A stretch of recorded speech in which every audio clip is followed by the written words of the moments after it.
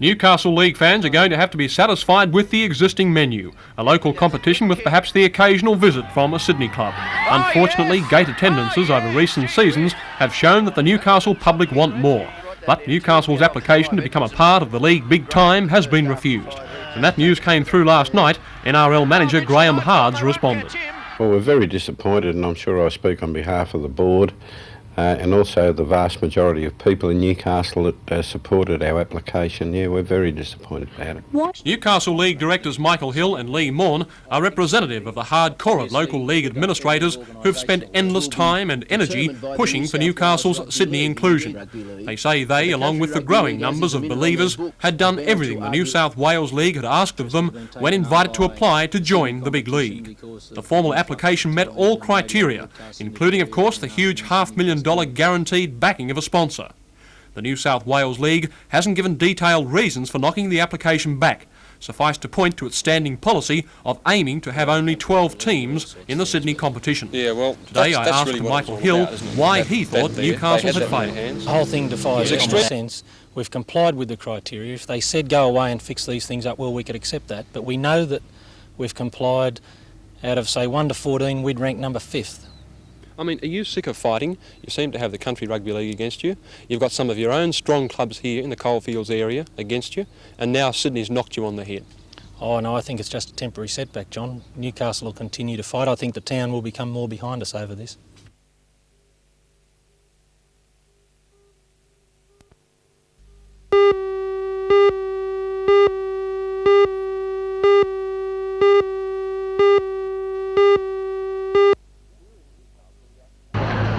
Here in Newcastle, reaction to the budget has in general been positive.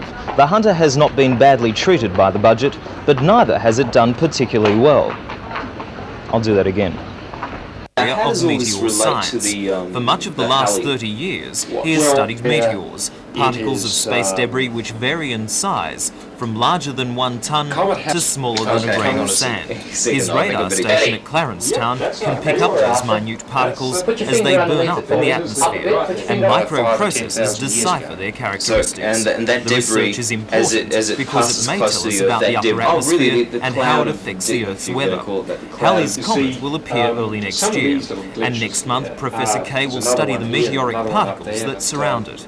The work will be part of the so-called International Halley Watch, but Professor Kay says the federal government has not given him enough money to do the job properly.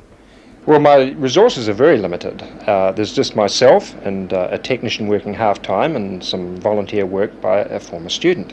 So that means that I cannot hope to match the effort that's being put in by the Soviets, who are doing more work in this area than the whole of the rest of the world. I have, over a period of 6 years of the grant, asked for $122,000 and got 17. And that means that I just cannot hope to have manpower that is needed for a task of this magnitude, because this is really quite a major research effort. That's great.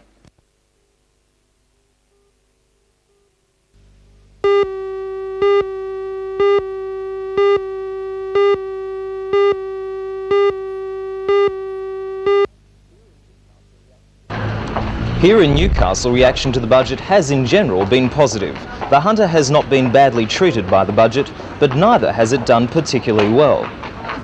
Over $1,300 million will be spent by the state government on capital works in the region during the coming financial year. That's roughly equivalent to the hunter's allocation in the last financial year and represents more than a quarter of the state capital works budget of $4,600 million. Most of the money will be spent on projects already announced or under construction in areas such as roads, electricity, housing, water and sewerage. Among the projects financed is the Harbour Foreshore redevelopment. 150 Housing Commission units in the East End, another 44 units on the old Teachers College site in Union Street, and the Conservatorium of Music Performance Hall. The Hunter District Water Board gets $6.6 million to start work on the new Burwood Beach sewage outfall. The State Dockyard has been allocated $4 million for modernisation, most of it paying for a new plate fabrication line. New amongst the extensive roadworks in the region is the Charlestown Sandgate Bypass, which gets $15.6 million. While there are no surprises in the capital works budget for the Hunter, The money will stimulate the local economy and employment. The president of the Newcastle Chamber of Commerce, Laurie Molyneux, describes the budget as very evenly balanced and says it will not upset the business community. However, he says the rise in the payroll tax exemption level from $170,000 to $200,000 is not good enough. Of course, payroll tax, the Chamber's always been very disturbed about, as has any employer. Being a tax on employment, it is a bit negative in the sense that it doesn't encourage employers to employ people. $8 million has been allocated for health capital works in the Hunter, including 2 operating theatres at the Royal, the Rankin Park Teaching Hospital, radiotherapy facilities at the Mater and the Port Stephens Polyclinic. But equally important are the operating budgets, and the hospitals won't know for at least a week how much they have to work with. On the education front, new high schools will be built at Irrawang and Berkeley Vale on the Central Coast, and a few other schools will receive new buildings. But the local branch of the Teachers Federation is not happy, saying the budget has done nothing to solve the problems of secondary staffing.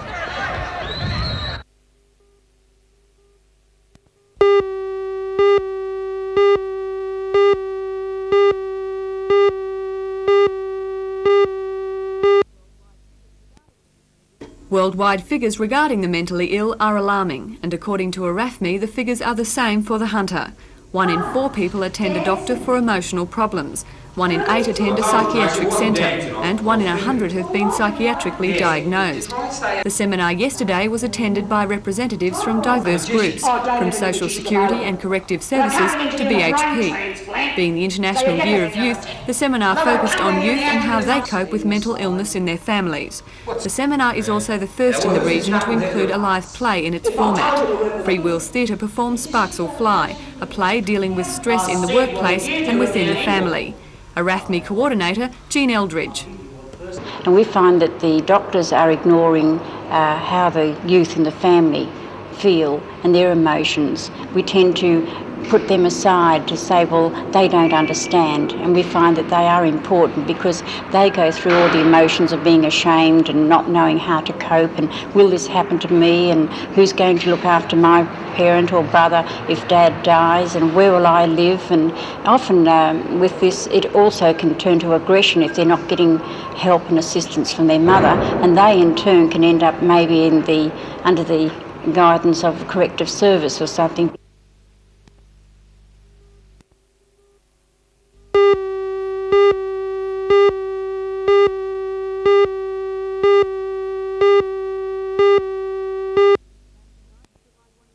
The information nights provide one of the last chances for people contemplating tertiary education next year to obtain information about enrolment procedures and courses. The CAE is a member of the Universities and Colleges Admission Centre, and applications in most cases have to be lodged by next Tuesday to avoid a late fee. Last night, individual sessions in social welfare courses and bachelor and diploma courses in education were provided. Another information night will be held at the college this evening, starting at 7:30, and both high school and mature age students are encouraged to attend.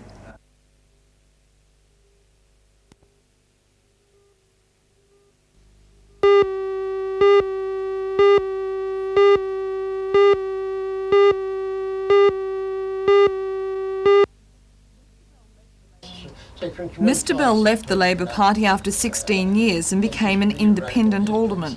In the council chamber he became the old man of council, who knew the Local Government Act inside out and kept the alderman on the right track. He says Mr Lewis's only fault was that he was too willing to oblige the alderman. He says he doesn't deserve to be replaced. What do you think will happen to Mr Lewis? Do you think he'll stay in the position? Do you think the administrator will keep him on despite the recommendation? In view of the Minister's statement, in effect, although it is said in the press that he said this lightly, it obviously has a content of threat that if Mr Saunders don't make the decision the Minister wants, the Minister's indicated to get rid of Mr Saunders. So you don't think there's a way out for Mr Lewis? I think Mr Lewis should sit tight and let the people that's initiated this kind of action take it to its ultimate end, because Mr Lewis has nothing to fear. I'm quite sure that in my opinion, there's no question about his professional ethics or the manner in which he's done the job as a town clerk.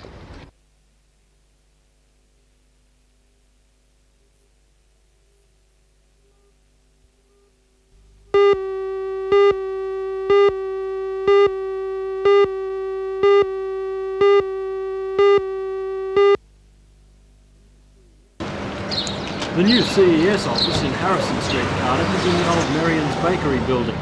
The office has been operating since the beginning of May, and the new spacious layout is a far cry from the old image of the old office. The new office is part of the federal government's program to modernise the Commonwealth Employment Service, and to this end, it is linked by computer to all employment offices in Australia. The office is manned by a staff of 12, and its area includes over 4,000 registered unemployed and 1,000 employers. It will cater for the Cardiff and West Lakes area down as far as Morisset. Today's opening was attended by local Cardiff employers, members of Aboriginal groups, quite understandable that they would become disillusioned. They would including the over Department of Employment 200,000 and of them have been on Industrial centres of this kind. The official Contrast opening was very performed by probably the member about for Charlton, 4,500,000 people without jobs tomorrow.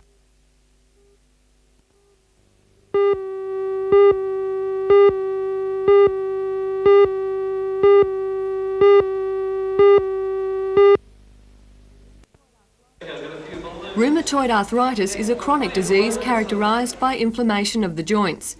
In the Hunter region, an estimated 10,000 people suffer from the condition, while throughout Australia, this number increases to 300,000. The effects of the condition can be devastating. Pain, swelling and tissue damage are common. There are treatments available, mainly a combination of medication and rest to help relieve pain. In Newcastle, this has been the subject of a study conducted by the Senior Lecturer in Behavioural Medicine at Newcastle University, Dr Ken Mitchell. Dr Mitchell says his study shows some people are capable of controlling the surface temperature over affected joints by thought control. We train them actually by sitting them in front of a small machine which tells them what temperature is existing over the sore joint. And then we ask them to imagine as clearly as they can putting their hands in hot water or putting them in front of a fire or lying out in the sun and absorbing heat into their fingers. And this machine which they're connected to is continually feeding back to them how hot the temperature is over the sore joint. So you're saying some people can alter the surface temperature over certain joints just by thinking about it? Oh yes, they can increase the temperature by 1.5 degrees, sometimes 2 or 3 degrees centigrade, and other people can be trained to decrease their temperature by 2 or 3 degrees centigrade. How do you see this fitting in with more conventional treatments?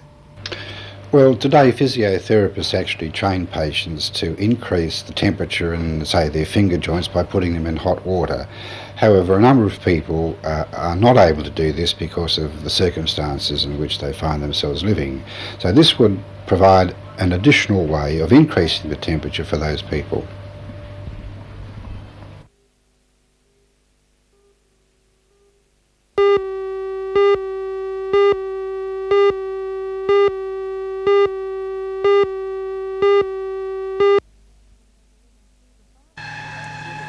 The fire began at about 11:30 on Friday morning in the ceiling of Stage 2 of the central control system and quickly spread through the roofing to Stage 1.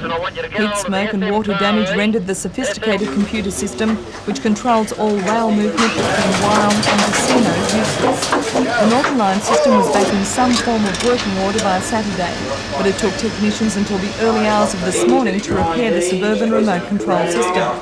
As there was no backup system, all line changes were done manually, with some 20 people working throughout Newcastle.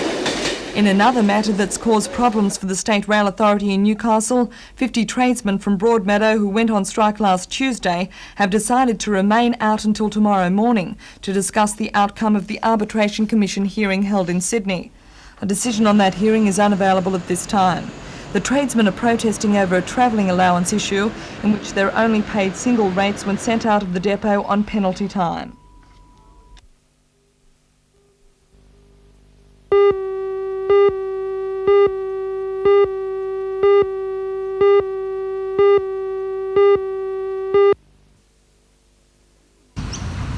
The Central Northern District Golf Association is the largest in the state, with 5,000 members playing off handicap. Today's competition brought together the champion and medal winners from each of 25 clubs in Newcastle and the Hunter Valley. The 36-hole scratch event held at the Steelworks Golf Club was a true test of talent. Beryl Finney from the Curry Club finished the first 18 holes with a round of 76. Doreen Edwards, who plays at Merriweather Golf Club on a handicap of 4, finished with 79. So did Pam Hanna from Cessnock. But the afternoon saw some upsets. Doreen Edwards won the event. She repeated her morning's effort with back-to-back 79s for a total of 158. Beverly Plowman from Newcastle Golf Course played a superb game to secure second place with 162, beating Beryl Finney on a countback.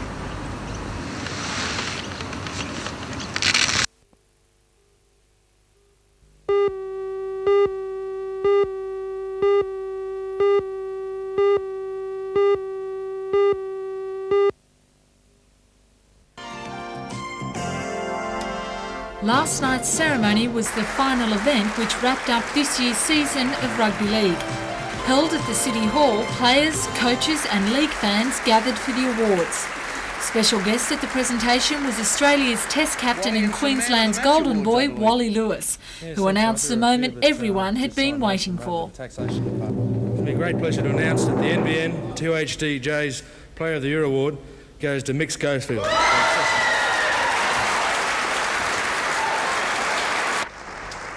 Throughout the season, Michael Schofield has been a valuable team member for the Cessnock side. It was style like this that made Schofield a worthy recipient as the judges' final selection for the award. And at last they've got the big man in the room, and the man that did it was Michael Schofield. It was Cessnock's night last night when the announcement of best coach for the season was made. The honour for 1985 went to captain coach Bruce Starkey, a fitting tribute to a season full of action-packed rugby league. For the video recorder and also the portable colour television. Thank you.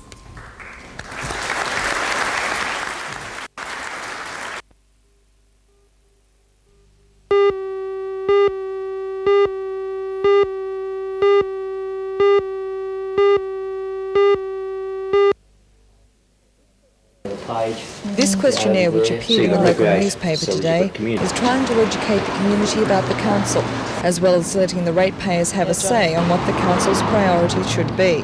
For the first time, they'll be able to suggest where revenue increases or cutbacks should be made. Still, the Shire President, Tony Sheridan, says this is not a wish list. Actually, this is a three-pronged attempt to ascertain from the community just what they want and to have dialogue with the council. The first step was that we had a number of neighbourhood meetings where officers of council went out and explained council's policies and tried to ascertain from them what they'd like. This is stage 2, and stage 3 is we're going to do a survey of about 400 groups, including charitable, religious and recreational groups, all in this month. So how will the council use this information given its limited resources? First of all, we'll print them. We'll let the people know what the feeling is of the community, and we will then try to cooperate with the results of that in our corporate plan, which will take us up to 1990.